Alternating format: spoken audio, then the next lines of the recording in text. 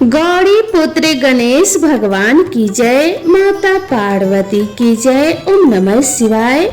नमस्कार दोस्तों, सनातन धर्म में विनायक चतुर्थी का विशेष महत्व है।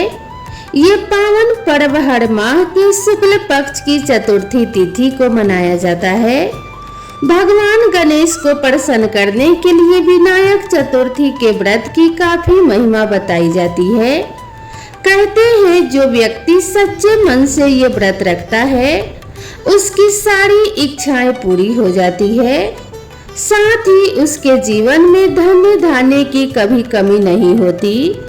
विनायक चतुर्थी के दिन गणपति की पूजा के साथ साथ इस व्रत की कथा भी पढ़ी अथवा सुनी जाती है।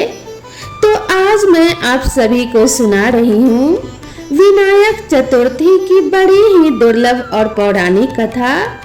तो आप सभी भक्तों से निवेदन है कि इस कथा को बड़े ही प्रेम और श्रद्धा से पूरा अवश्य सुनिएगा। तो चलिए कथा को शुरू करते हैं। कथा को शुरू करने से पहले प्रेम से बोलिए ओम श्री गणेशाय नमः।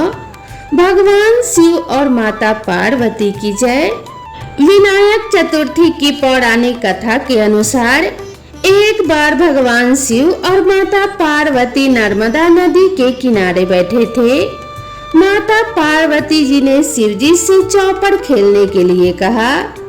इस खेल में हार जीत का फैसला करने के लिए भगवान शिव ने कुछ तिनके को एकत्रित कर उसका एक पुतला बनाकर उसकी प्राण प्रतिष्ठा कर दी। भगवान शिव ने उस पुतले से कहा कि बेटा, हम चौपड़ खेलना चाहते हैं, इसीलिए तुम बताना कि हम दोनों में से कौन जीता और कौन हारा। उसके बाद भगवान शिव और माता पार्वती के बीच खेल प्रारंभ हो गया। यह खेल 3 बार खेला गया और तीनों बार ही माता पार्वती जीत गई। खेल समाप्त होने पर उस बालक से हार जीत का फैसला करने के लिए कहा तो उस बालक ने माता पार्वती की जगह भगवान शिव को विजय बताया। यह सुनकर माता पार्वती क्रोधित हो गई और उन्होंने बालक को लंगड़ा होने और कीचड़ में पड़े रहने का श्राप दे दिया। बालक ने माता पार्वती से माफी मांगते हुए कहा कि माता, मुझसे अज्ञानतावश ऐसा हुआ है। बालक द्वारा क्षमा मांगने पर माता का दिल पिघल गया। उन्होंने कहा, यहाँ गणेश पूजन के लिए नाग कन्याएं आएंगी, उनके कहे अनुसार गणेश व्रत करो। ऐसा करने से तुम्हारे सारे कष्ट दूर हो जाएंगे। यह कहकर माता पार्वती वहां से चली गई। 1 वर्ष के बाद उस स्थान पर नाग कन्याएं आई। नाग कन्याओं से भगवान गणेश के व्रत की विधि जानने के बाद बालक ने 21 दिन लगातार गणेश जी का व्रत किया, जिसके परिणाम स्वरूप गणेश जी महाराज प्रसन्न हुए। उन्होंने बालक को मनोवांछित फल मांगने के लिए कहा। बालक ने कहा कि हे विनायक, मुझे इतनी शक्ति दीजिए कि मैं अपने पैरों से चलकर कैलाश पर्वत पर पहुंच सकूं। भगवान गणेश ने बालक को वरदान दे दिया। इसके बाद वह बालक कैलाश पर्वत पर पहुंच गया और उसने अपनी कथा भगवान शिव को सुनाई। चौपड़ वाले दिन से माता पार्वती शिव जी से नाराज हो गई थी। देवी को मनाने के लिए भगवान शिव ने भी बालक के बताए अनुसार 21 दिनों तक भगवान गणेश का व्रत किया। इस व्रत के प्रभाव से माता पार्वती की नाराजगी दूर हो गई और वो स्वयं भगवान शिव से मिलने पहुंच गई। तब भगवान शंकर ने माता पार्वती को इस व्रत के बारे में बताया। यह सुनकर माता पार्वती के मन में अपने पुत्र कार्तिकेय से मिलने की इच्छा जागृत हुई। तब माता पार्वती ने भी 21 दिन तक लगातार गणेश जी का व्रत किया।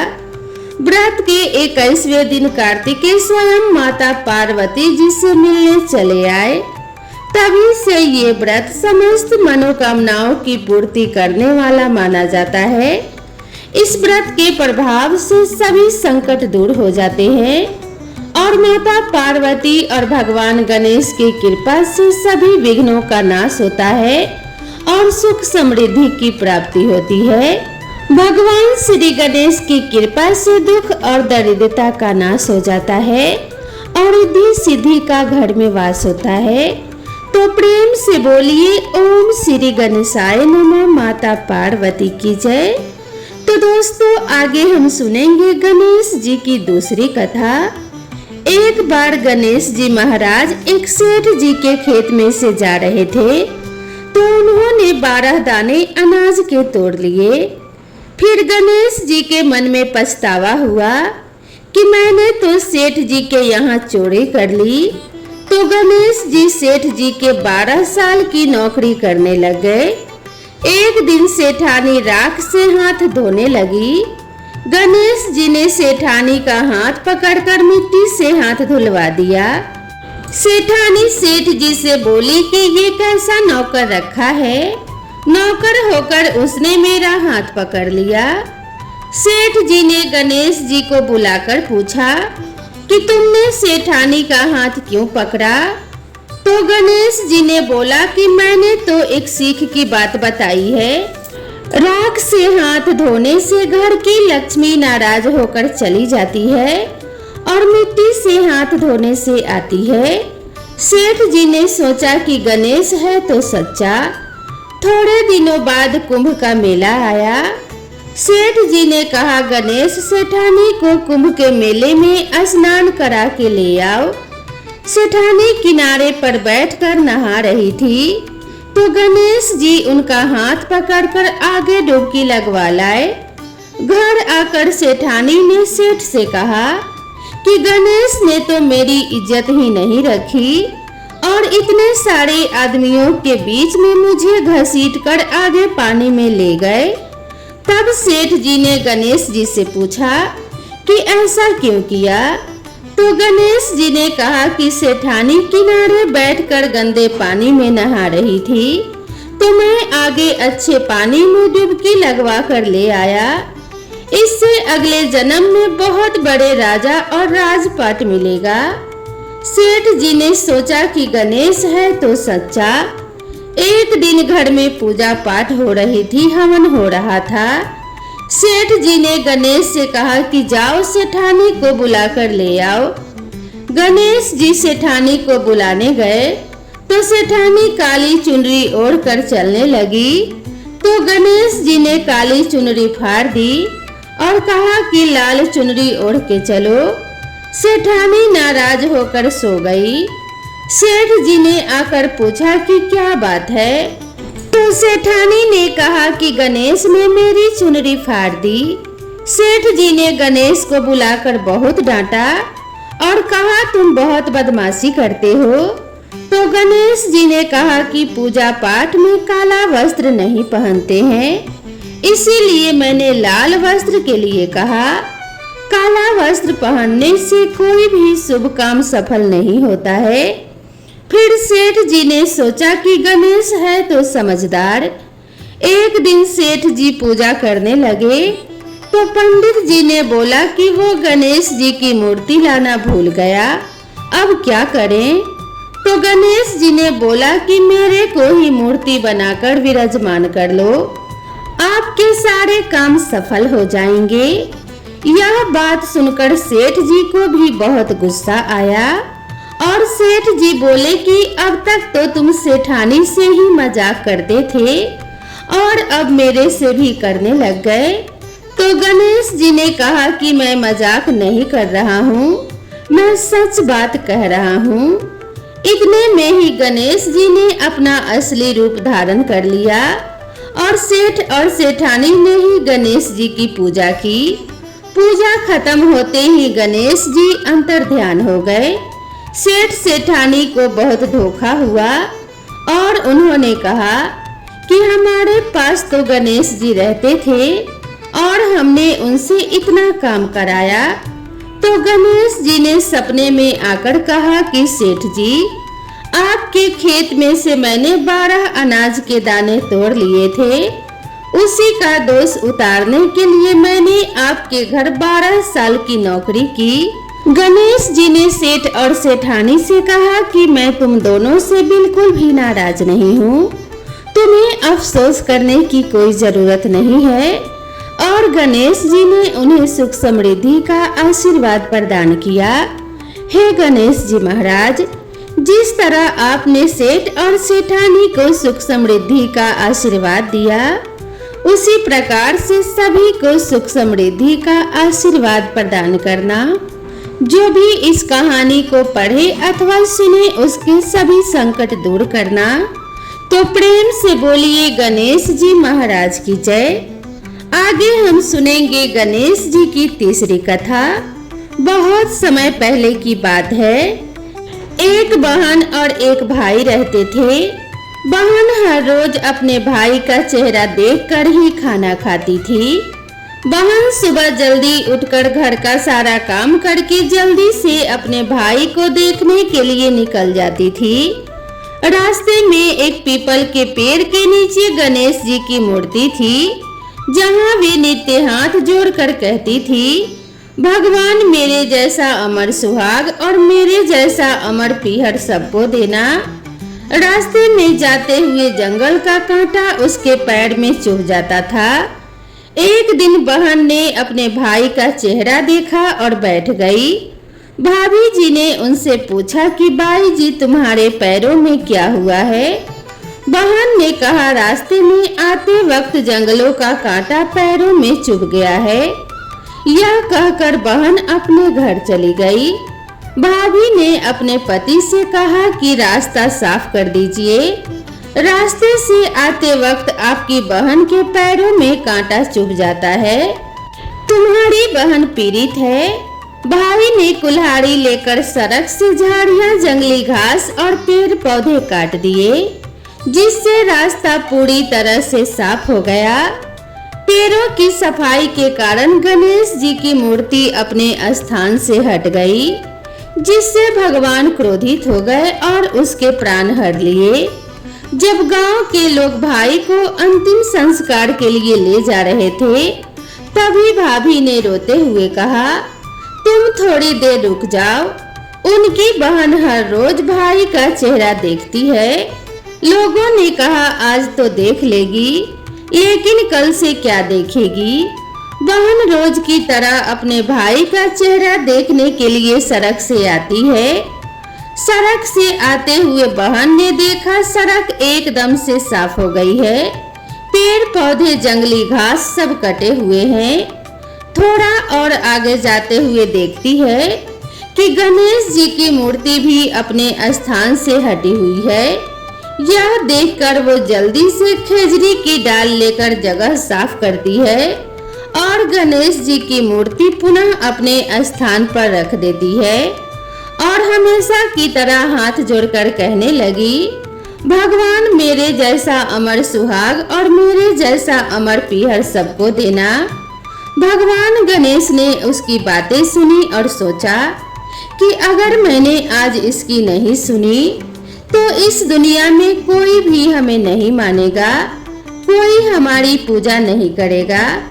भगवान गणेश कहते हैं कि बेटी, खेजड़ी के ये 7 पत्ते ले जाओ और इन्हें कच्चे दूध में मिलाकर अपने भाई के शरीर पर छींटे मार देना, वह उठ जाएगा। जब बहन ने पीछे मुड़कर देखा तो कोई नहीं था, तो उसने सोचा कि जैसा सुना है वैसा ही कर लेती हूँ। वह खेजड़ी के 7 पत्ते लेकर घर गई और वहाँ देखा कि लोगों की भीड़ लगी हुई है। उसने घर जाकर देखा उसके भाई का शरीर रखा हुआ है। उसकी भाभी रो रही थी।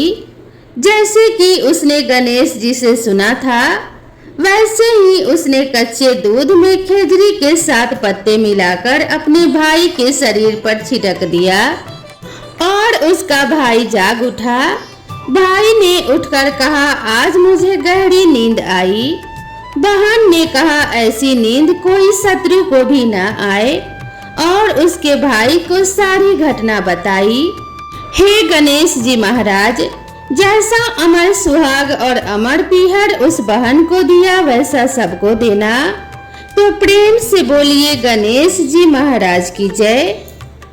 आगे हम सुनेंगे गणेश जी महाराज की चौथी कथा। एक बुढ़िया माई थी, वह बहुत ही गरीब और अंधी थी। उसका एक बेटा और एक बहू थे। बुढ़िया सदैव गणेश जी की पूजा किया करती थी।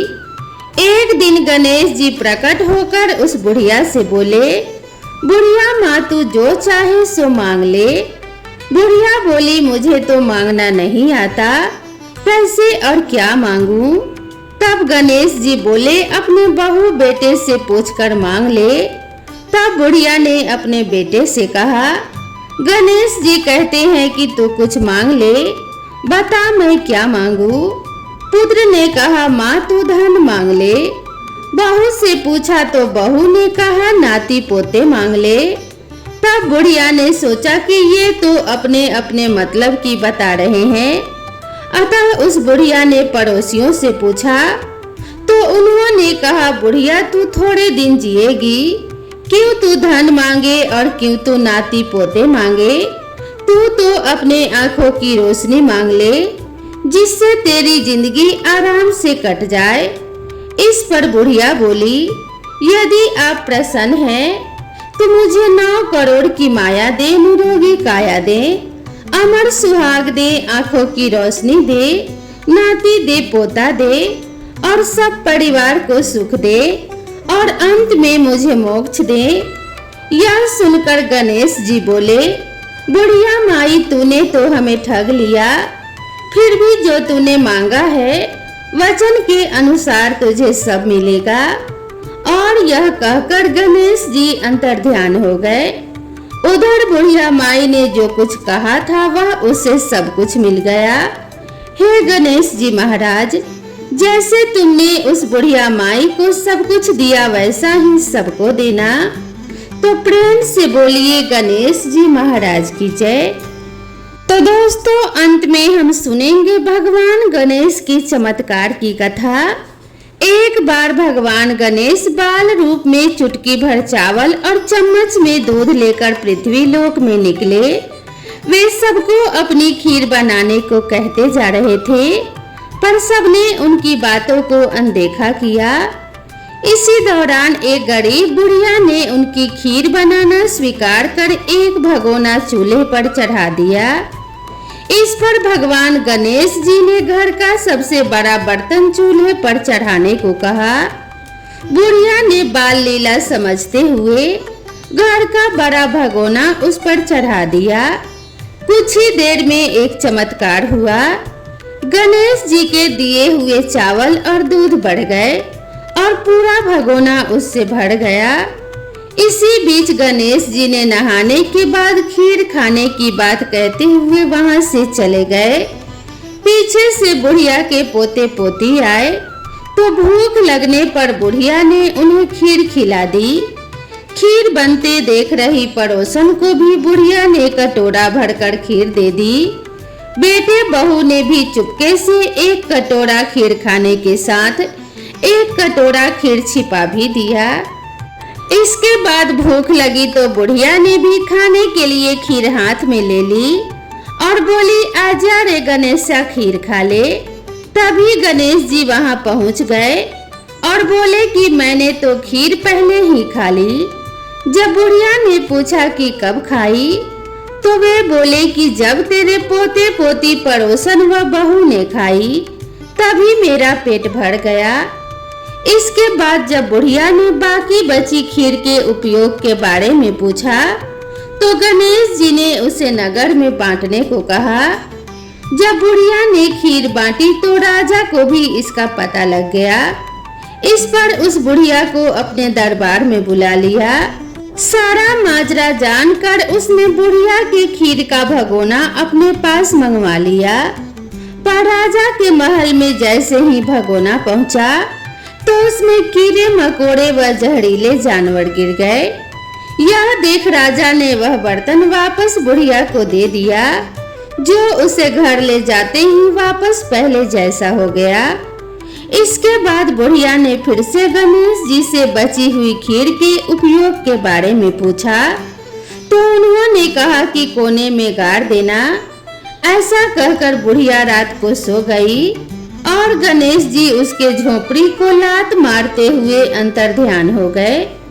अगले दिन जब बुढ़िया उठी तो उसे अपनी झोपड़ी महल में बदली हुई दिखाई दी और खीर के बर्तन सोने जवाहरातों से भरे मिले। गणेश जी की कृपा जानकर बुढ़िया माई प्रसन्न हो गई। हे गणेश जी महाराज, जैसा फल आपने बुढ़िया को दिया वैसा सबको देना। कथा कहने वाले, हुंकार भरने वाले और सुनने वाले सभी के भंडार भरे रखना। सब पर अपनी कृपा दृष्टि बनाए रखना। तो प्रेम से बोलिए गणेश जी महाराज की जय, माता पार्वती और भगवान शिव की जय। भगवान गणेश की कृपा आप सभी भक्तों पर सदा सर्वदा बनी रहे। आप सभी के घर में धन्य धान्य की वृद्धि होती रहे। इसी मंगल कामना के साथ आप सभी से विदा लेते हैं। मिलते हैं इसी तरह की नई कथा और नई कहानी के साथ। तब तक के लिए राधे राधे।